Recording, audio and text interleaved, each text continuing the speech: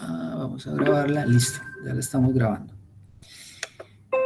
Entonces, como les venía comentando, son 7 pasos los que hemos definido para finalmente llegar a la medición de variables. El último de ellos es consolidación de la información a través de salidas de tablas y gráficas. Entonces, en el paso 2, clasificamos las variables y le asignamos una escala de medición. Entonces, la clasificación, cualitativas, cuantitativas, y de qué manera se va a medir en escala nominal, ordinal, en escala de razón o en escala numérica, que es escala de razón básicamente. Y una vez hayamos definido la escala de medición, pasamos a definir en el plan de análisis el análisis estadístico. Es decir, dependiendo del tipo de variable que incluyamos en el estudio, va a ser un tipo de análisis estadístico que vamos a aplicar. Entonces ya eso lo habíamos hablado, cómo se analizan o qué tipo de estadísticas se usan para las variables cualitativas, cuáles para variables cuantitativas. Listo.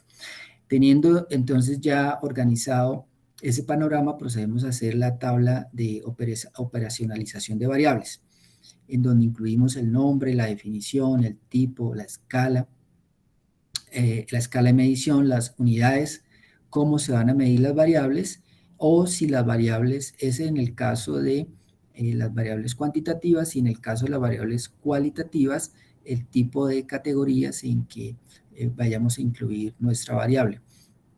También realizamos la codificación de la variable, que es cómo vamos a registrarla en la base de datos.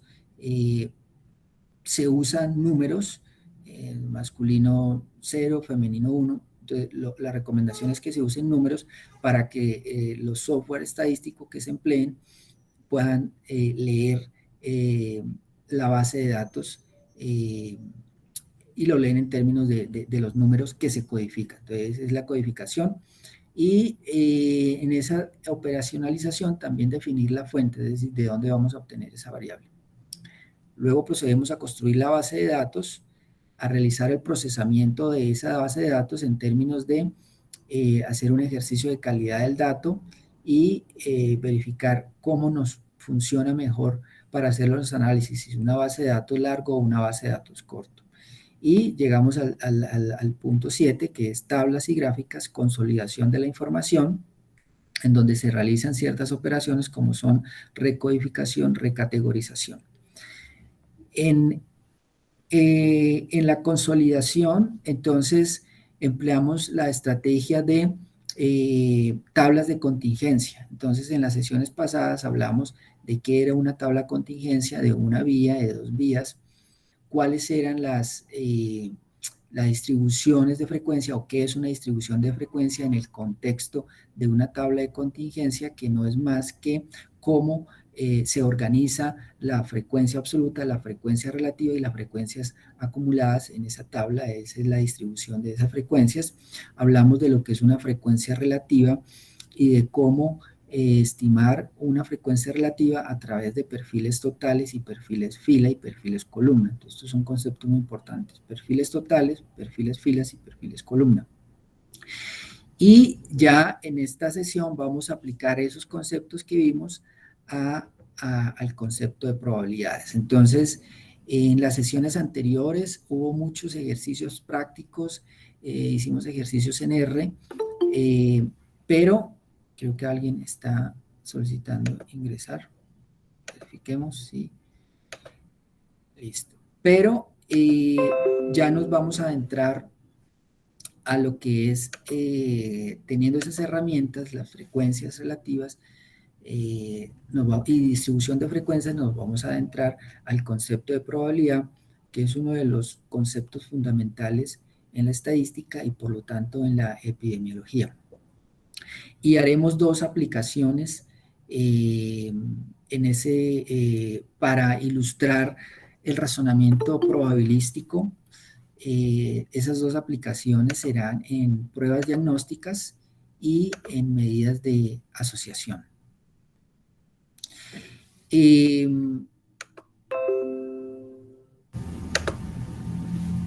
Listo. Listo. Entonces, la idea es, a veces la percepción que tenemos es que el tema de probabilidades, cuando uno ve epidemiología, y en pregrado, pues nunca se habla de eso, se habla sobre todo en posgrado, en los posgrados de epidemiología o de salud pública o inclusive en algunas residencias o en las residencias donde se ve epidemiología, se habla de pronto muy, muy somero, y a veces uno no le queda claro cuál es la conexión que hay entre por qué estudiar probabilidades y estadística y epidemiología y eso que tiene que ver con la atención de mi paciente. Entonces la idea es que vamos a ir de conceptos generales y poco a poco vamos a ir introduciendo esos conceptos en para qué sirve a la hora de atender a un paciente. Entonces, para hablar de probabilidades hay que tener claro dos conceptos. Uno, el de experimento determinista, es decir, en el mundo hay fenómenos que ocurren de manera determinista. El ejemplo es la caída de los cuerpos, donde ahí está conceptualizado por la física newtoniana y la característica es que se conocen, una vez que se conocen las condiciones, se puede predecir qué puede ocurrir. Por ejemplo, con el movimiento de una bola de billar. Y en este tipo de fenómeno no existe incertidumbre. Por definición, los experimentos deterministas no tienen incertidumbre. Pero la mayoría de fenómenos que nosotros, encontramos en la práctica clínica son fenómenos que están sujetos a la incertidumbre. ¿Sí? Entonces, en salud constantemente estamos haciendo preguntas de experimentos aleatorios. ¿Y cuál es la característica? Es decir, que no sabemos el resultado o no sabemos qué va a pasar con el proceso o con el fenómeno, pero podemos tener claridad de todas las posibilidades que pueden ocurrir. Entonces, las tres características para hablar de un experimento aleatorio es, primero, que todos los posibles resultados son conocidos, ¿sí? Y en este caso, por ejemplo, los ejemplos más prácticos es hablar del dado. Entonces, si lanzamos un dado, sabemos cuáles son las posibilidades, pero no sabemos cuál es el resultado que vamos a obtener. Por lo tanto, ese resultado no se puede conocer con anterioridad. Sin embargo, el experimento se puede repetir bajo las mismas condiciones. Es decir, que repitiendo el experimento bajo las mismas condiciones, no sabemos qué va a ocurrir, pero sabemos cuáles son todas las posibles resultados. Y en ese contexto, entonces,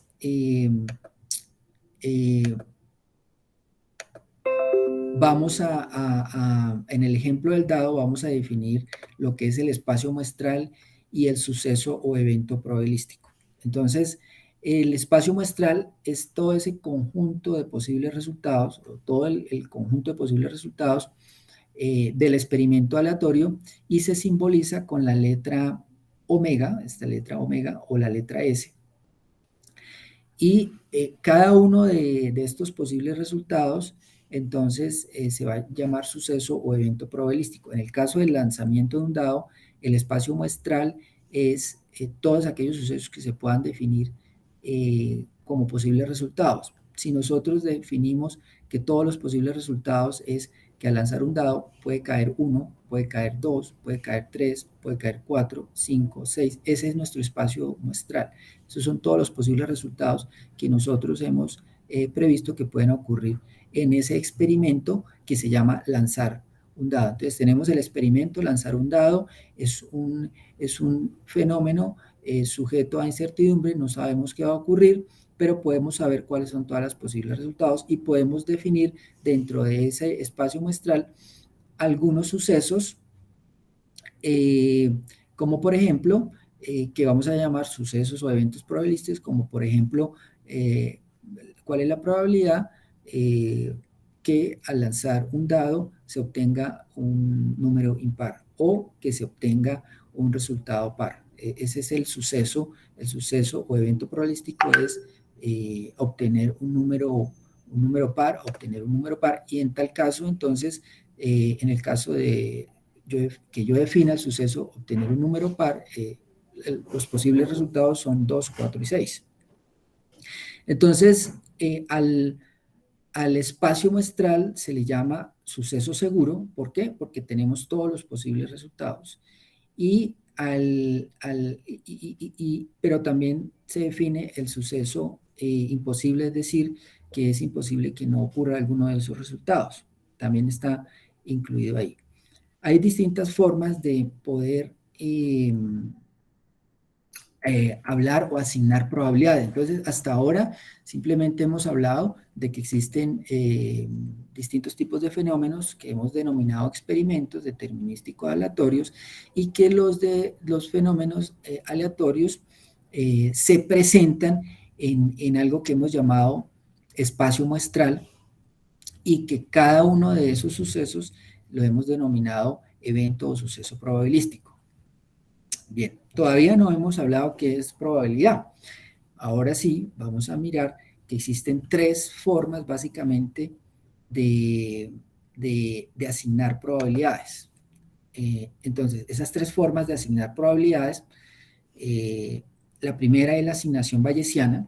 Entonces, para que no se me asusten, todavía no vamos a hablar de qué es una asignación bayesiana, pero vamos a entender, les prometo que vamos a entender esta formulita de una manera muy fácil, y la que más conocemos es la asignación teórica o laplaciana de probabilidad, ¿cierto? Que es la probabilidad teórica de un fenómeno, como por ejemplo lanzar un dado. Y la que más se usa, esta es la más conocida, pero la que más se usa y la que usamos todo el tiempo en salud, en medicina, y la usa la estadística, es la probabilidad frecuentista. Es la probabilidad frecuentista.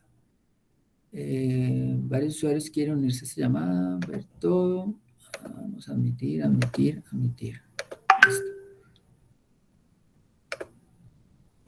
Listo. Entonces, esta asignación frecuentista es la que usamos, es la de tomar muestras, y es en la que siempre en los estudios decimos, no nos dio resultados porque el tamaño de la muestra no es suficiente. Esa es la estadística frecuentista o la asignación de probabilidad frecuentista.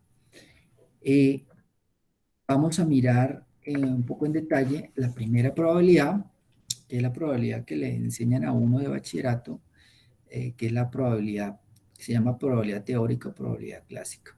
Y se define simplemente de acuerdo a la regla de Laplace como el número de casos favorables sobre el número de casos posibles.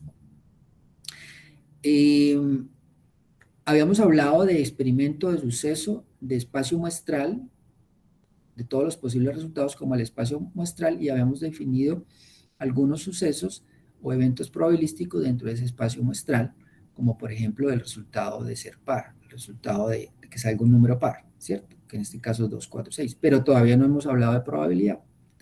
Ahora sí vamos a hablar de probabilidad, y para hablar de probabilidad en este experimento, entonces vamos a aplicar la regla de Laplace. Entonces decimos que la probabilidad del evento A, que el resultado de un número par es 3, número de eventos favorables, sobre el número de eventos posibles, 6, y el número de eventos posibles totales lo hemos definido por el espacio muestral, que son 6 posibles resultados. Y así, esto lo conocemos desde bachillerato, simplemente es un repaso, y así vamos definiendo cada uno de las probabilidades de, de las probabilidades en los eventos que hemos definido. Por ejemplo, la probabilidad de salir múltiplo de 3, entonces sale 3, 6, entonces es 2 sobre 6. La probabilidad de que salga un 6, entonces es 1 sobre 6. La probabilidad del evento seguro, es decir, que ocurra cualquiera de estos eventos, 6 sobre 6 es el evento seguro, y la probabilidad de que no ocurra ninguno de esos eventos es 0 sobre 6, que es el evento imposible. Listo, hasta ahí es lo que ya conocemos. Pero resulta que la realidad no funciona de acuerdo con, con,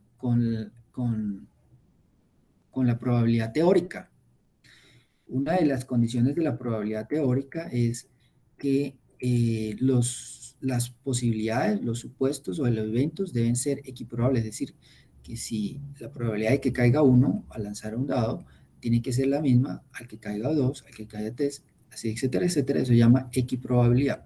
Pero resulta que en el mundo real, pues los fenómenos, y en el caso de salud, no se comportan como una moneda o como un dado, sino que a veces las probabilidades están cargadas y, eh, ahí es donde aplicamos entonces la definición o la asignación de probabilidad frecuentista. Y se llama frecuentista porque empleamos el concepto de frecuencia relativa que ya habíamos estudiado para, para definir las probabilidades. Entonces, este concepto es muy, muy importante y van a entender por qué necesitamos nosotros tomar tamaños de muestras y por qué decimos es que no nos dio el resultado del estudio porque el tamaño de la muestra fue muy pequeño. Es que el intervalo de confianza fue muy amplio y, eh, y por eso, como fue muy amplio, entonces eh, necesitamos tomar más tamaño de muestra, ¿cierto? Eso es lo que acostumbramos a decir en las limitaciones de los estudios. Entonces resulta que cuando uno lanza un dado, la probabilidad laplaciana o teórica nos dice que la probabilidad de que caiga cara o sello es del 50%. Si yo lanzo un dado, me puede caer cara o me puede caer sello, asumiendo que la moneda no tiene un borde grueso y por lo tanto no puede caer parada. Es decir, haciendo la abstracción de que es una moneda que no puede caer parada, porque la otra probabilidad es que caiga cara, sello o que caiga parada, que también puede ocurrir.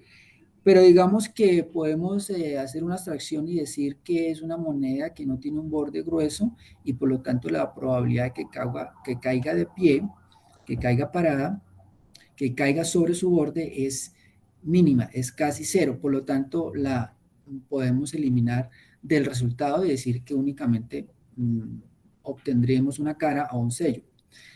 Eso es la probabilidad teórica, pero resulta que en la realidad, cuando uno hace un lanzamiento de la moneda 10 veces, en ciertas ocasiones, cara cae 6, sello cae 4, o sello puede caer 7 veces, cara 3 veces, entonces no es el 50%. Cuando uno repite el experimento aleatorio de lanzar una moneda, no siempre cae que la probabilidad de cara es del 50%. ¿Y por qué? Porque en el mundo real, pues hay muchas condiciones que hacen que no siempre caiga el mismo resultado, como por ejemplo la mano de quien la lanza, la fuerza con que se lanza, eh, el aire, el viento, etcétera, etcétera, etcétera. Entonces, desde el punto de vista probabilístico, decimos que la probabilidad son los límites a que tiende la frecuencia, en este caso el límite de n, que es el número de lanzamientos, a que tiende la frecuencia relativa en ese número de lanzamientos. Entonces, P sub S es la probabilidad teórica y la frecuencia, o la probabilidad frecuentista, es ese límite, es a donde tiende, o a donde tiende la probabilidad de que caiga cara o sello. Entonces, P sub S es la probabilidad teórica y la frecuencia, o la probabilidad frecuentista, es ese límite, es a donde tiende la probabilidad de que caiga cara o sello. Entonces, P sub S es la probabilidad teórica y la frecuencia, o la probabilidad frecuentista, es ese límite, es a donde tiende esa relación del número de éxitos sobre el total de lanzamientos es a donde tiende. ¿Y a dónde tiende? Pues tiende a esa probabilidad teórica. Entonces me explico. Cuando decimos que el límite cuando n tiende a infinito significa que en la medida en que yo hago mayores experimentos, es decir, que este número tiende hacia el infinito a hacerse demasiado grande, entre más lanzamientos yo realice, eh, el valor de la probabilidad frecuentista aquí se va a aproximar, esta es una aproximación, mira aquí hay una fluctuación que aquí arranca de 0,35 en los primeros lanzamientos y luego hay una fluctuación, se puede aumentar a 0,55, pero finalmente la tendencia es hacia la probabilidad teórica. Entonces, la probabilidad relativa, la probabilidad frecuentista tiende a la probabilidad teórica a medida que se aumenta el número de repeticiones. Y ustedes pueden hacer el experimento. Entre más veces ustedes, si ustedes hacen el experimento 100 veces y sacan el promedio de caras y el promedio de sellos, les va a dar un número muy similar al 50%. Pero si ustedes lo hacen 10 veces, pues no, ese resultado puede ser totalmente distinto al 50%. Y esto es lo que se llama, voy a verificar aquí a ver si hay alguien más, y esto es lo que se llama en estadística la ley de los grandes números. Y esa es la razón por la ley de los grandes números que en los estudios se dice es que este estudio no dio asociación porque no hubo un suficiente tamaño de muestra. Claro, en la medida en que tenemos más tamaño de muestra, más repeticiones del experimento, en este caso repeticiones del experimento es tamaño de muestra, pues el verdadero valor, el valor teórico es el valor de la población, ¿cierto? Pero ese no lo conocemos. ¿Cómo nos aproximamos al valor teórico de la población? A partir de la muestra. Entonces, entre más grande sea el tamaño de la muestra, obviamente que esa muestra va a tener las mismas características de la población, ¿cierto? Eso es muy intuitivo. Entonces, ese valor o ese parámetro al que nos queremos acercar, por ejemplo, la prevalencia de VIH-Sida en la población, no lo tenemos, es la probabilidad teórica, es una probabilidad teórica. Podemos especular de cuánto sea, dependiendo de ciertos factores, pero no la conocemos. ¿Cómo nos vamos a acercar? A través de una muestra. Y aquí estamos aplicando entonces la ley de grandes números y ese es el fundamento de la probabilidad de la estadística frecuentista. Entonces, de la repetición del experimento aleatorio surge la probabilidad frecuentista. Y la ley de grandes números es lo que constantemente aplicamos para decir cuál es el tamaño de muestra que necesitamos y de las limitaciones de los estudios, es que no nos dio el resultado porque necesitábamos más muestra. Esta es la razón por la cual se hace ese argumento, la ley de grandes números en la estadística frecuentista. Listo. Pero ya sea que asignemos probabilidad de manera teórica o asignemos probabilidad de manera frecuentista, las probabilidades cumplen con ciertos axiomas. Axiomas significa que es evidente en sí, que se ha definido de esa manera. A partir de los axiomas surge toda la construcción teórica de lo que es la probabilidad y lo que es la estadística. Y un estadístico ruso, matemático ruso, Kolmogorov, dijo o estableció, formalizó los axiomas de la probabilidad tal como lo manejamos en este momento. Y entonces el primer axioma es que la probabilidad del espacio muestral, es decir, de todo lo que puede ocurrir, es 1, ¿sí? el segundo axioma es que la probabilidad de un suceso es mayor o igual a 0. La probabilidad de la totalidad del espacio muestral es 1 y la probabilidad de un suceso dentro de ese espacio muestral debe ser mayor o igual a 0. Por lo tanto, ahí es donde definimos que la probabilidad debe estar entre 0 y 1. Y acá, por ejemplo, tenemos un suceso que es A y el complemento que es no A. Entonces, no A es lo que está por fuera de A. Si sumamos A y no A, estamos hablando del espacio muestral en su totalidad y esa probabilidad es 1. Entonces, la suma de todos los sucesos que ocurren en el espacio de probabilidad es igual a 1. De ahí se desprende el tercer axioma y es que si A y no A son eventos disyuntos, ¿qué significa eventos disyuntos? Significa que ocurre uno o ocurre el otro, pero no ocurren al tiempo, ¿cierto? O es hombre o es mujer, pero no al tiempo, en el contexto estadístico, o está enfermo de diabetes o no está enfermo de diabetes, allá es a donde queremos nosotros, o está enfermo o no está enfermo. Cuando nos llega un paciente, allá es a donde queremos llegar, definir si está enfermo o no está enfermo, ¿cierto? Tenemos distintas posibilidades para llegar a esa conclusión, pero el estar enfermo o no estar enfermo en su conjunto tiene una probabilidad de 1 porque son los eventos complementarios y disyuntos. Listo. Entonces, lo otro que definimos es que existan eventos que ocurren al mismo tiempo. ¿Sí? Cuando dos eventos ocurren al mismo tiempo, hablamos que son eventos que se intersectan. Entonces, una persona puede tener un factor de riesgo y al mismo tiempo puede tener otro factor de riesgo. Puede ser diabético y al mismo tiempo tener hipertensión arterial. Estamos hablando que son factores de riesgo que se están intersectando. O podemos decir que el paciente, o podemos querer, a partir de una muestra, extraer a un individuo que tenga un factor de riesgo o que tenga otro factor de riesgo, que tenga hipertensión arterial o que fume.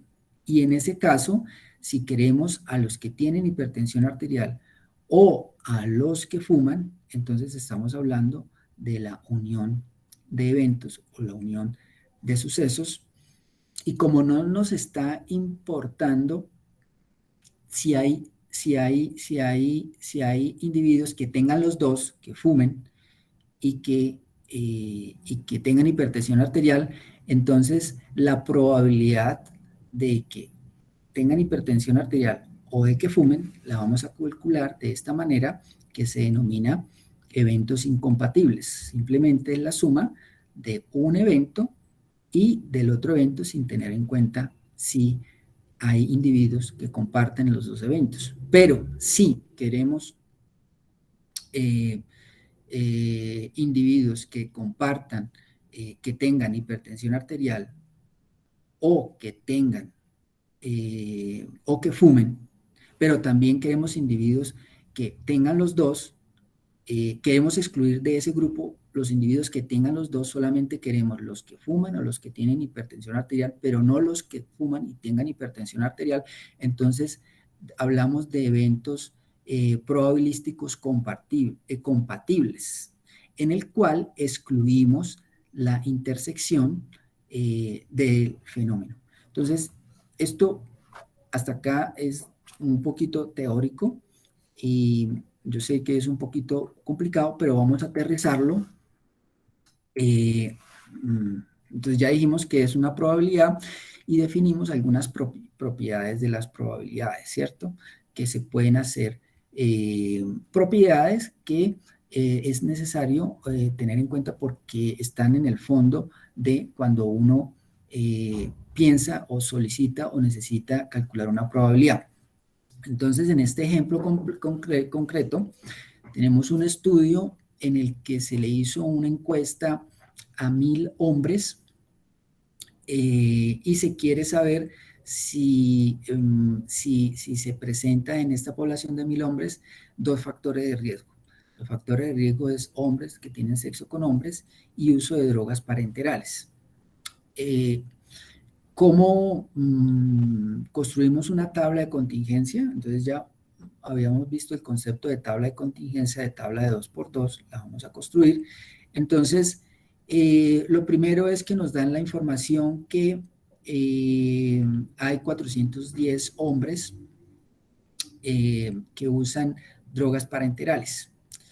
Y de los 1000 hay 540 que tuvieron sexo con otros hombres. Y nos dan la información también de que hay 200 que no tienen ni uno, ni el factor de riesgo de uso de drogas parenterales, ni tienen el factor de riesgo de hombre que tienen sexo con hombre. Entonces, como tenemos esa información, las ubicamos en las casillitas correspondientes. En este caso, en las columnas colocamos el factor de riesgo de uso de drogas parenterales, colocamos 410 para el uso de drogas, 500 en las filas, colocamos el factor de riesgo de hombres, 540, y acá, en donde se nos cruza que no presentaron ni un factor de riesgo, ni el otro factor de riesgo, colocamos 200, y el resto de casillitas, que serían el paso 2 para construir una tabla de contingencia. Entonces, venimos de definir las variables, ya tenemos la base de datos y estamos en el paso 7, que es la consolidación de la información. En la consolidación de la información, una de las estrategias que se usa todo el tiempo es construir tablas de contingencia. Sobre todo 2x2, pero también puede ser 2x3, etcétera, dependiendo de las variables que tengamos, de cómo hayamos categorizado cada una de las variables. Las variables cuantitativas se pueden llevar a categorías y podemos también construir tabla de 2x2. Entonces, ya aquí en el paso 2, para construir la tabla de contingencia, simplemente es restar, en este caso, para no tener el factor de riesgo de hombre sexo con hombres, restar de 540 de 1000 y obtenemos ese resultado. Y así vamos construyendo la tablita a partir de lo que nos complementa, de la información complementaria.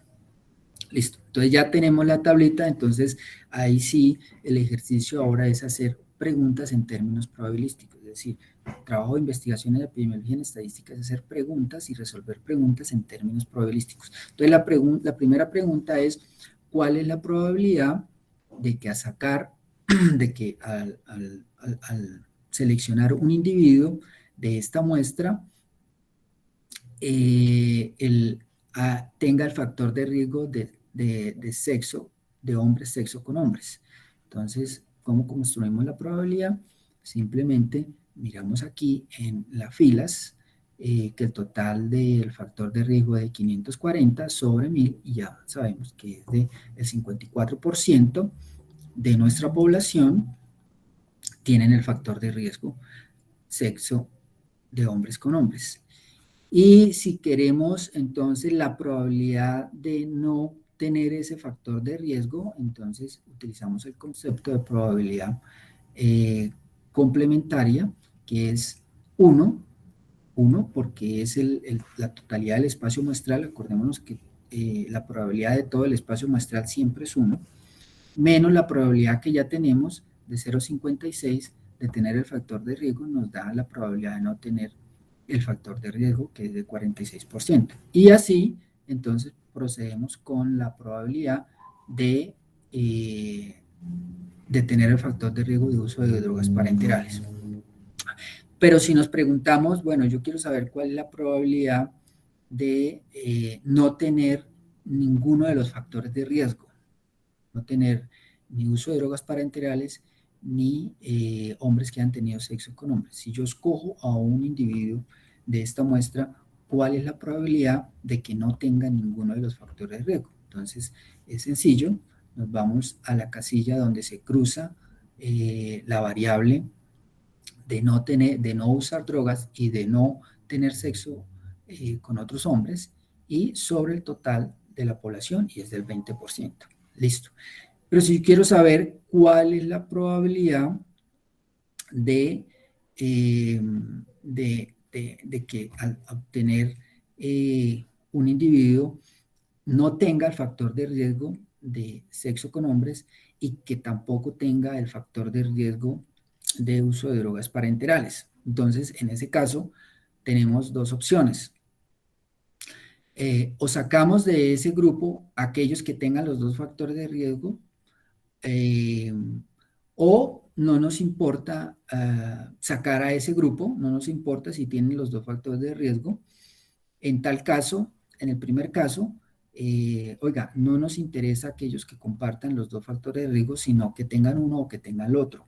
En ese caso, entonces, hablamos de una probabilidad compatible de una unión, el proceso de, el evento es una unión de eventos compatibles y entonces simplemente 460, que es la probabilidad de no tener el factor de riesgo de hombre sexo con hombre, más la probabilidad de no tener, de no haber usado drogas parenterales, menos lo que individuos que tengan los dos factores de riesgo, que en este caso sería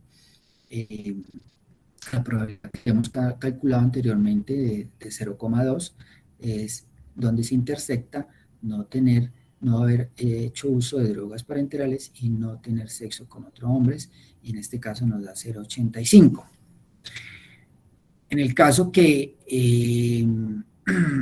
incluyéramos a la probabilidad de la intersección de los dos factores de riesgo, pues nos daría más de 1, por lo tanto no se cumpliría uno de los axiomas de Kolmogorov de las probabilidades, que es que el espacio muestral, la totalidad del espacio muestral debe ser máximo de 1.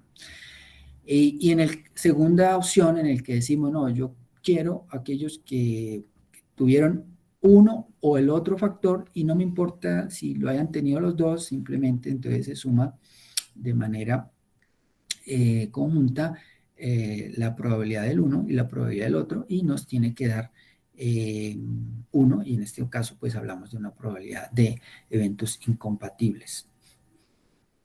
Eventos incompatibles porque pues el uno no está incluido dentro del otro o no hace parte del otro o no se toca con el otro, son incompatibles. O yo estoy preguntando por la probabilidad de los que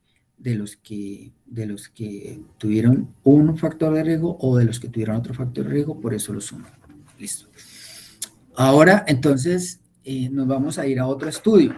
Y en este estudio, entonces, vamos a ver aquí si no hay nadie que esté ingresando. No, no hay nadie que esté pidiendo ingreso. Listo.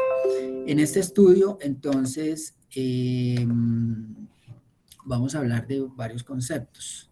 El concepto de probabilidad marginal, el concepto de probabilidad condicionante. Fíjense que estamos empleando un lenguaje de sucesos compatibles, incompatibles, de la unión, de la intersección, pero ahora vamos a hablar un poquito más del lenguaje que se maneja al hablar de probabilidad. Entonces vamos a trasladar ese lenguaje de conjuntos, unión, intersección, a lo que es ya el lenguaje de probabilidad. Vamos a cambiar de lenguaje para poder introducirnos un poco más en cómo nosotros calculamos las probabilidades en los estudios reales. Entonces, nosotros hablamos de probabilidad marginal, es la probabilidad que resulta del cálculo de la probabilidad de los márgenes. Se llama marginal porque es la probabilidad del resultado total de la variable en los márgenes. Los márgenes aquí en este caso, que es un estudio de 1000 personas en donde se quería determinar la prevalencia de diabetes y la presencia de glucosuria o no glucosuria. Entonces, si nos preguntamos cuál es la prevalencia en este estudio de diabetes, estamos preguntando cuál es la probabilidad de tener diabetes y en este caso nos vamos al marginal de la columna de diabetes, que es 200 sobre 1000, y entonces ahí obtenemos la probabilidad marginal. Pero también nos preguntamos cuál es la probabilidad de no tener diabetes y entonces empleamos el concepto de probabilidad complementaria, es decir, 1 es el espacio muestral, la probabilidad de tener diabetes y más no tener diabetes es 1, pero en este caso preguntamos por no tener diabetes, entonces es 1 menos por la probabilidad que ya conocemos, que es la de tener diabetes en el caso de que no conociéramos el resultado de los no diabéticos. Entonces, en este caso es 800 sobre 1000, que es 0,8, y hablamos de la probabilidad complementaria. Y ahora vamos a hablar de la probabilidad conjunta, que es la misma probabilidad de intersección. Entonces, yo quiero saber en esa muestra cuántos eran diabéticos y tenían glucosuria. Entonces, en este caso nos vamos a la casilla que intersecta la diabetes con la glucosuria, que son 60 sobre 1000, y es de 0,06, o sea, el 6% de mi población tenían diabetes y tenían glucosuria. Y ahora vamos a hablar de una probabilidad que es supremamente importante y que se construye a partir de lo que ya habíamos hablado, y es de la probabilidad condicional. Pero entonces yo quiero saber que un paciente, dado que tiene diabetes, ¿cuál es la probabilidad de que una persona en esta población, dado que tiene diabetes, cuál es la probabilidad de glucosuria, dado que tiene diabetes? En otras palabras, en los pacientes diabéticos, ¿cuál es la probabilidad de hacer glucosuria? En este caso, entonces, hemos restringido nuestro espacio muestral inicial era 1000 personas, ¿cierto? Y con base en 1000 personas calculamos la prevalencia de diabetes, pero ahora nos estamos preguntando es que en la población de diabetes restringimos el espacio muestral, ¿cuántos tienen glucosuria? Entonces el denominador ya no es 1000, sino que el denominador es 200. ¿Sobre qué? ¿Cuál es el numerador? ¿Cuáles son los individuos de interés sobre esa población de diabetes? Los que tienen glucosuria y los que tienen diabetes. Entonces estamos hablando de una probabilidad de una intersección o una probabilidad conjunta. Entonces la probabilidad conjunta de glucosuria y diabetes sobre la probabilidad marginal de tener diabetes. La probabilidad marginal de tener diabetes entonces es 200 sobre 1000, y la probabilidad conjunta de tener diabetes y glucosuria, es decir, que yo extraiga un individuo que tenga los dos eventos, es 60 sobre 1000. Como aquí es una división, 1000 se me va con 1000, entonces me queda 60 sobre 200. Entonces, ¿cómo se calcula la probabilidad condicional? Es el número de eventos en donde se intersecta las dos características sobre el número de individuos en donde yo estoy aplicando la condición, que en este caso es 200, estoy haciendo la restricción del espacio muestral y me da 0,6. Esto es una probabilidad condicional. Listo. Entonces, hemos visto que para representar las probabilidades usamos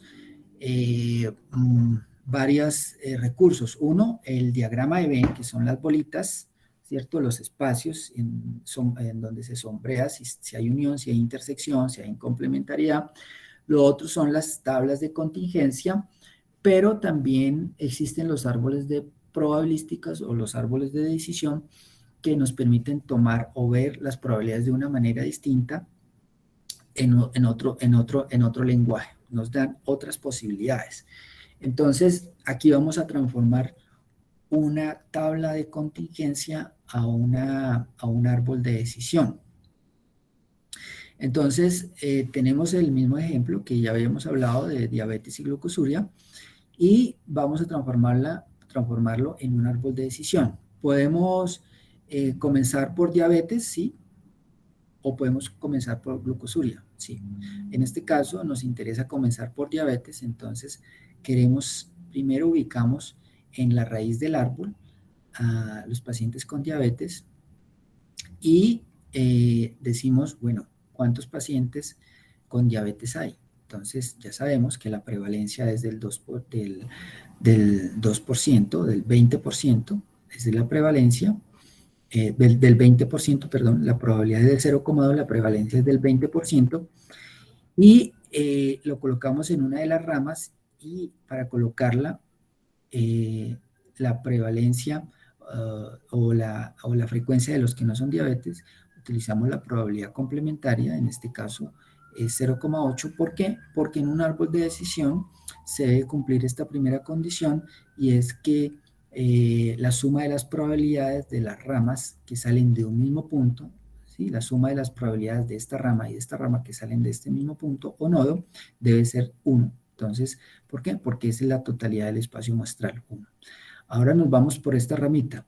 Del 20% que son diabéticos, ¿cuántos tienen glucosuria? Entonces, glucosuria, el 20, ¿cómo hacemos ese cálculo? A ver, entonces pensamos, glucosuria.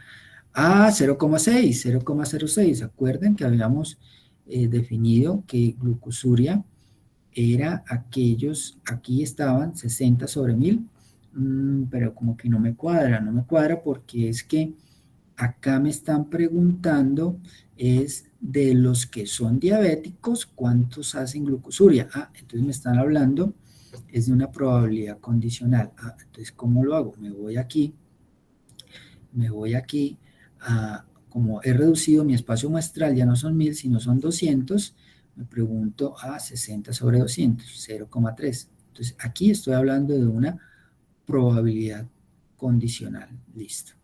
Y así, entonces, con el resto de ramitas, aquí los que no hicieron glucosuria, entonces los diabéticos, me voy aquí en diabéticos y no hicieron glucosuria, entonces 140 sobre 200, aquí daría 0,7, y ambos la suma debe dar 1.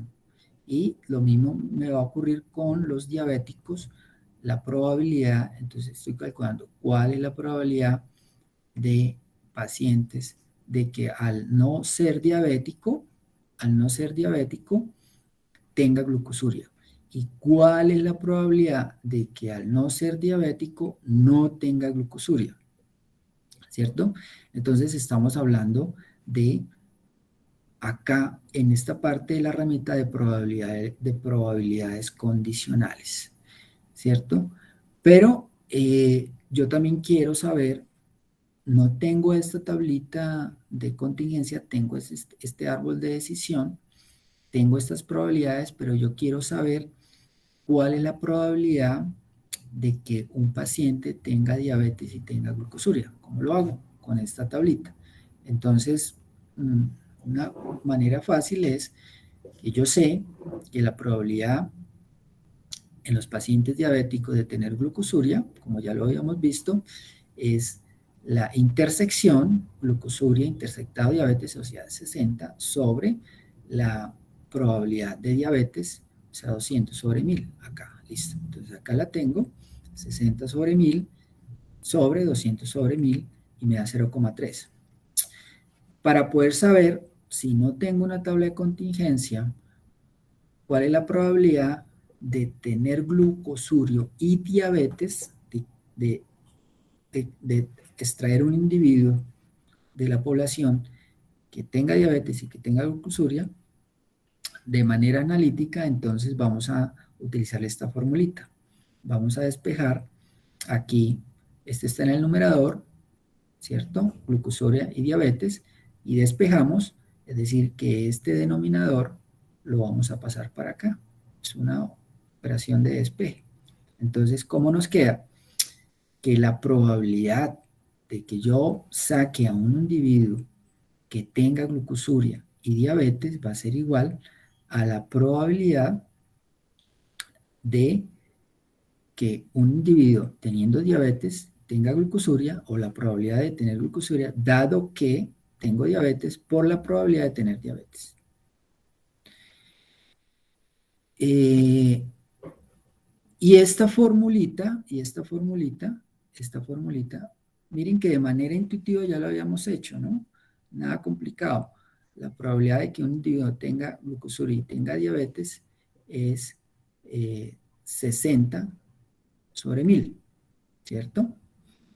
Pero ahora lo hicimos de manera analítica, despejando lo que ya sabíamos. a partir de una probabilidad condicional, ¿cierto? Y es que la probabilidad conjunta es igual a la probabilidad condicional por la probabilidad marginal. Y aquí lo vamos a hacer de manera analítica. Entonces, ¿cuál es la probabilidad condicional de tener glucosuria dado que tengo diabetes? 60 sobre 200, ¿cierto? Reduje el espacio muestral. Por la probabilidad de la prevalencia de tener diabetes, 200 sobre 1000. Esto me da 0,06, que ya lo habíamos calculado, simplemente que acá lo estamos haciendo empleando un árbol de decisión y utilizando unas operaciones analíticas a partir de lo que ya habíamos visto.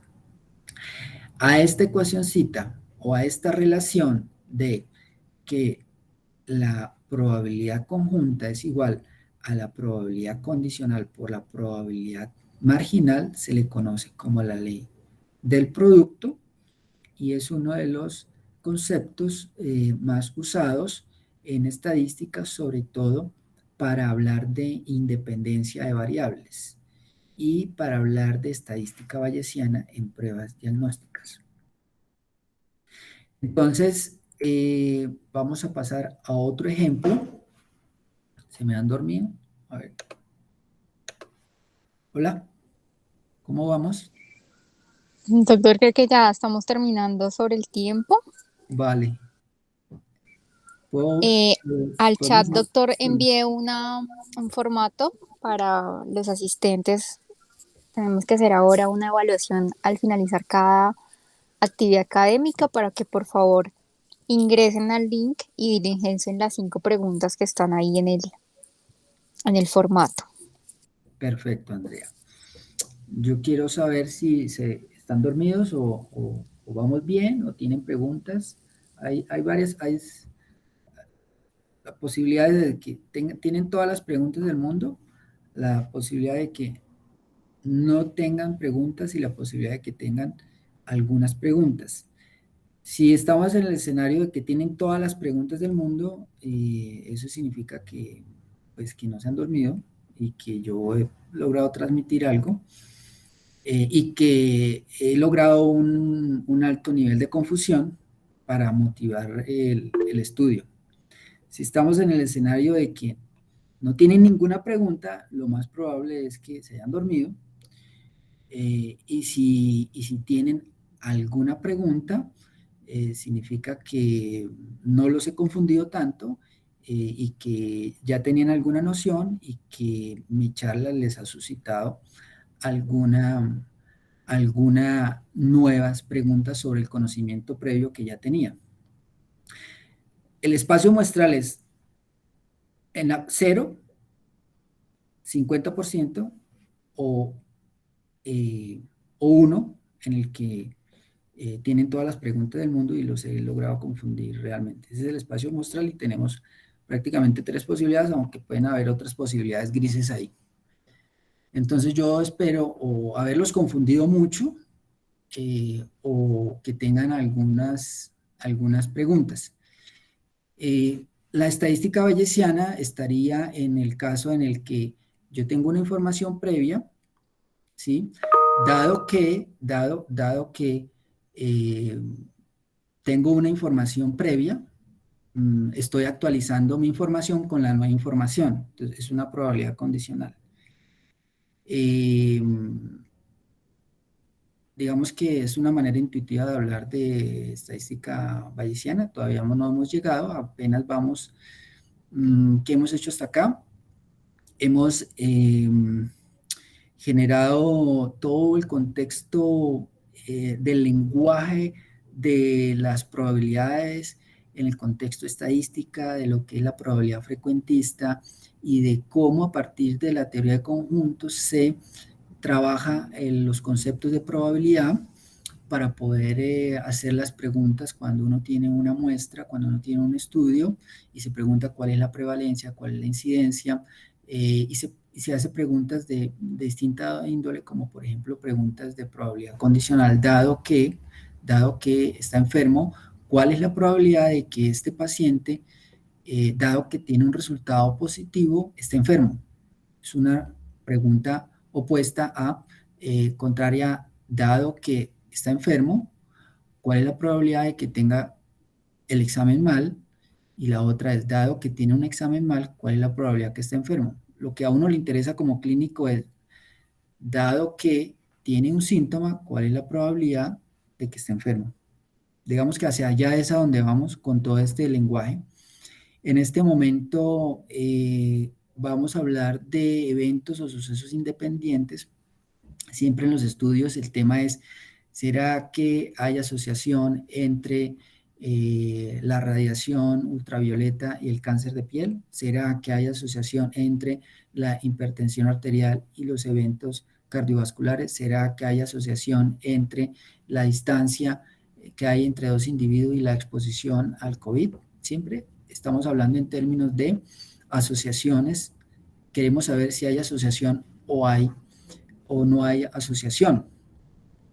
Y para eso, entonces, vamos a ver de dónde surge ese concepto de si hay o no hay asociación, utilizando las probabilidades, porque es el fundamento del razonamiento de la estadística. Entonces, ya vimos que una probabilidad condicional, es decir, en este caso el evento A está condicionado a que ocurra B, se define como la probabilidad conjunta sobre la probabilidad marginal. Así lo hemos definido. Entonces, queremos saber si hay asociación.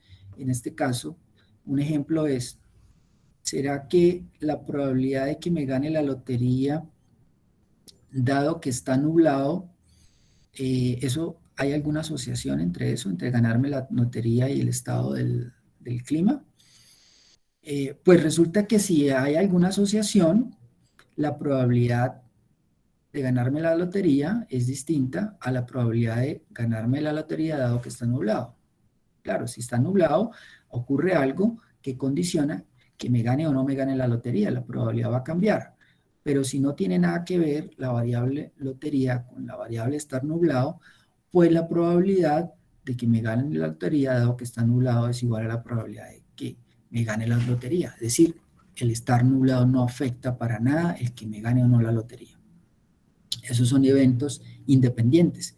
Y otra manera intuitiva, por ejemplo, yo tengo un dado y digo, la probabilidad de que me caiga 3 está condicionado a la probabilidad de que tire una moneda, tengo una moneda y tengo un dado. ¿Será que el dado está condicionado con la moneda? ¿Será que el dado está condicionado con el lanzamiento de la moneda o son eventos independientes? Entonces, la probabilidad de que caiga un 3, dado que al lanzar la moneda cayó cara, es la misma a la probabilidad de que caiga un 3. Si son la misma, decimos que los eventos son independientes. Entonces, en la siguiente charla vamos a hablar de lo que es la independencia. Vamos a utilizar este ejemplito para mirar lo que es independencia de sucesos o independencia estadística. Vamos a aplicar la relación de la probabilidad o la ley del producto que ya habíamos definido para hablar de independencia. Vamos a hacer la generalización de cuando se habla de independencia. Vamos a aplicar ese concepto de independencia en el ejercicio que estamos hablando de glucosura y diabetes, y la pregunta que nos vamos a hacer con este ejercicio, con esta tabla de contingencia, ¿será que la glucosura y la diabetes son eventos independientes? Y vamos a hablar ahí sí, ahora deteniendo todos los elementos de lo que es el teorema de Bayes y cómo se aplica en medicina, es la asignación probabilística bayesiana, porque acordémonos que al inicio hablamos que habían tres formas de asignar la probabilidad, que era la teórica, la frecuentista y la bayesiana, y de la bayesiana no hablamos absolutamente nada, presentamos esta ecuación y este señor estaba como loco, como ¿qué es eso? Y no hablamos nada. Y cuando lleguemos acá a esta diapositiva ya vamos a tener todos los elementos para hablar de qué es la asignación probabilística bayesiana, que no es más que una probabilidad condicional. Vamos a hacer un ejercicio, o ya está el ejercicio, vamos a presentar el ejercicio de calcular ciertas probabilidades en una base de datos de melanoma que ya venimos trabajando. ¿cierto? Y vamos a concluir con este ejercicio. Y luego de eso, entonces vamos a comenzar a hablar de pruebas diagnósticas y cómo el cálculo de probabilidad y todos los conceptos de probabilidad los vamos a aplicar para el tema de pruebas diagnósticas. Entonces, este será el tema de la próxima sesión, que están cordialmente invitados. Y bueno, por ahora, ¿están todos dormidos? ¿Están todos confundidos? ¿O 50 y 50? Yo creo que quedan como muy animados, doctora, a indagar más de este tema que es para todos, y me incluyo, un poco difícil a veces, pero es cuando nos vemos enfrentados a todos nuestros proyectos de investigación que queremos tener como todos esos conceptos claros para poder sacar más provecho a toda la investigación que hacemos y que muchas veces por desconocimiento no sabemos y no le damos provecho a toda la información para mostrarla en resultados claros. Podemos Claro, tener mucha información, pero no puede, a la hora de divulgar los resultados, como la falta de conocimiento, pienso, nos limita un poco la perspectiva, eh, para ser un poco más dinámicos frente a todos los estudios de investigación. claro, Entonces, doctor, muchas gracias. el ejercicio clínico es un ejercicio probabilístico, no hay incertidumbre y le llega un paciente con un examen o le llega un paciente con una sintomatología y uno, bueno, ¿cuál es qué le hago? ¿Le tomo una prueba que sea muy sensible, le hago un screening o le tomo una o con el examen físico, con el interrogatorio, mi probabilidad pretest es tan alta que le voy a tomar es una prueba muy específica? Constantemente estamos haciendo ese ejercicio, simplemente que no sabemos que en la base de esos ejercicios ahí es toda una lógica probabilística y estadística, y en la medida en que logremos depurar y afinar esos conceptos, vamos a poder hacer las preguntas que son, en el paciente que son, y a tomar la mejor decisión de una manera lógica y razonada. Ese es el mensaje final. Entonces los esperamos en la próxima sesión. Muchas Muchas gracias. gracias, doctor. A todos feliz tarde. Hasta luego.